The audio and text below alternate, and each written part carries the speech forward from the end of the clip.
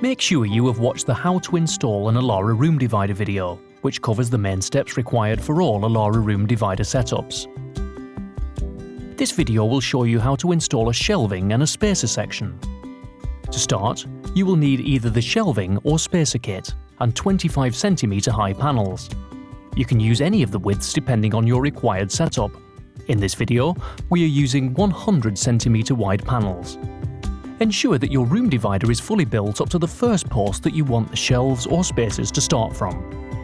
Add in the panel underneath where the shelving or spacers will go. First, we will show you how to add shelves. If you want to add spacers, fast forward to 3 minutes 26 seconds. To add shelves, at the top of the base panel, first place a bolt through the shelf bracket and screw into the lug on the other side. Insert the bracket into the groove of the post, making sure it's straight with a spirit level before tightening. Ensure that the lug twists to secure the bracket. Clip the spacer into the post directly above this, then add in the next shelf bracket in the same way. Ensure that the screw holes on the bracket are facing downwards. Repeat this until 3 shelf brackets and 3 spacers are fitted. Directly above this, fit the small right-angled bracket. It attaches in the same way that you connect the shelf brackets. Make sure it is facing up as shown here. If you have a panel on the other side of this post, it should line up with this. Check it straight with a spirit level before tightening. Add any panels that go above the shelving. The size and quantity of these will depend on the height of your ceiling. Someone will need to hold this panel in place until secured properly with the other post. Fit the next post by clipping it into the panels in the standard way. Check that it is straight with the spirit level and fix in place. Fit the other top metal right-angled bracket first so that the top panels are fully secure while you work underneath. Now we need to add the shelving brackets to the second post, the same way as the other side. Now you can add in your shelves.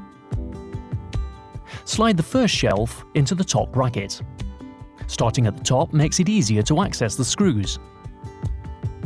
Measure each side of the bracket to ensure that the shelf is in the middle.